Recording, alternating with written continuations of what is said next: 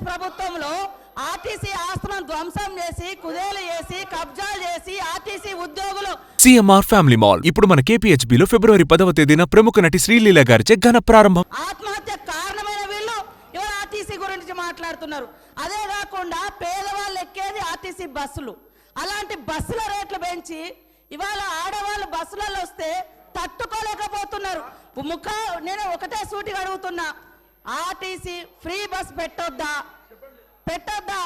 ఇవాళ మీరు వ్యవసాయం చేయనటువంటి బీడు భూములకు, లక్షాధికారులకు, కోట్లాది రూపాయల నోళ్లకు వ్యవసాయం పేరుతోటి రైతు బంధు కట్టబెడితే ఏ పేదోళ్ళైనా రోడ్ల మీదకి వచ్చి మీ ఇళ్ళ ముంగర ధర్నా చేసిర్రా?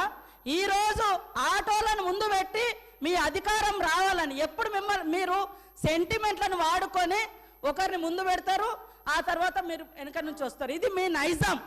గతంలో కూడా అగ్గిపుల్లలు దొరకక డ్రామాలు చేస్తే పాపం వేరే పిల్లలు ఆత్మహత్య చేసుకున్నారు.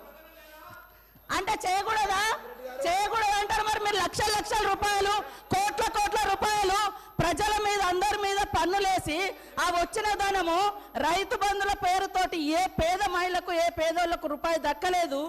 కానీ మీరు మాత్రము లక్షలు ఎత్తుకున్నప్పుడు ఏ పేదోళ్ళన్న రోడ్ల మీదకి వచ్చి మాకెందుకు ఇవ్వలేదని అడిగించేటట్టుగా మేము రెచ్చగొట్టినామా? ఇవాళ అక్క చెల్లెళ్ళు అడుగుతున్నారు, నెలకు 5-6 వేలు మాకు మిగులుతున్నాయి ఆర్టీసీ బస్ తోటి. అంటే వీళ్ళు ఎందుకు తట్టుకోలేకపోతున్నారో నేను అడుగుతున్నా. మరి ఎక్కడ ఏం దొరకనట్టుగా అదే మాట్లాడుతున్నారు. మొత్తం వీళ్ళు అన్ని తీసేయండి. కాబట్టి ఆర్టీసీ బస్సులలో మహిళలు ప్రయాణం చేస్తే మీకేం ప్రాబ్లం అది చెప్పండి.